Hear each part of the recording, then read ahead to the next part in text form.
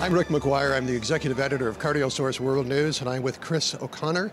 And you are from Duke University, one of my favorite schools. My son just graduated from there. You're the director of the Heart Institute there. That's correct. And Dr. O'Connor is the very first editor-in-chief of a new publication from the American College of Cardiology. Can you tell us about it? Well, Rick, we're very excited about the new journal, JACC Heart Failure. And there's a sibling. There's a sibling. It's now one of the three baby JACC journals, and really addresses, I think, an appropriate vision from the college and JACC that heart failure is one of the most important cardiovascular conditions in cardiology today, with an ever-increasing burden. And so having a journal that advances knowledge and communication in this field to improve the care of our patients is extremely important.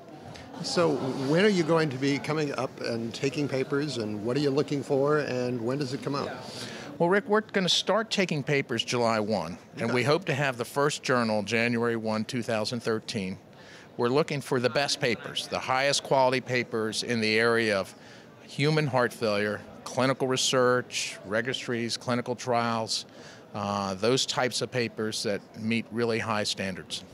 I mean, the JACC family of journals has just done a phenomenal job of covering cardiology, and I'm so glad that they're taking a look at what is just one of the biggest problems that's only growing.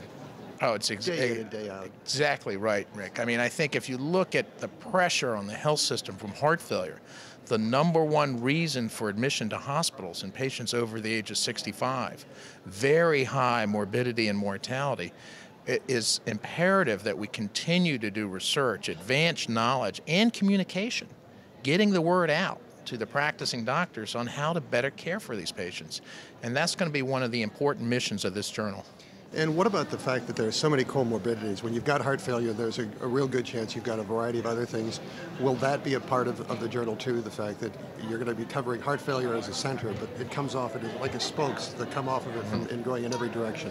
Yeah, I think as you look at this journal, we're really looking at a condition, a disease and condition, unlike a technique or procedure like the other journals. And so we really will be focusing on the totality of what goes on to diagnose and treat heart failure patients. And a lot of that, there are comorbidities. The interaction with the kidney, the interaction with the lung, the interaction with the brain, these are all going to be important topics that we'll be pursuing in the journal. Now, when it comes time to start submitting papers to the new publication, they'll be able to go online. It should have a website by then of its own, and there'll just be a button for paper submission. Yes, it's getting very easy now to submit papers. I know. I use it myself because I work with JACC on a number of things. It's like, oh, this is so easy to do. Well, it's come a long ways from when I started out as a junior faculty member when it was all paper, but it's all electronic now, very easy. And there's going to be a nice relationship to the mother JACC journal and JACC Heart Failure, and that is if a paper is not quite prime time for Mother JACC, it will have streamlined access to be reviewed at JACC Heart Failure. Great. I'm Rick McGuire, CardioSource World News. Check us out because we'll have a feature, and then you can come and read more about this conversation and some other material. Coming up soon, CardioSource World News.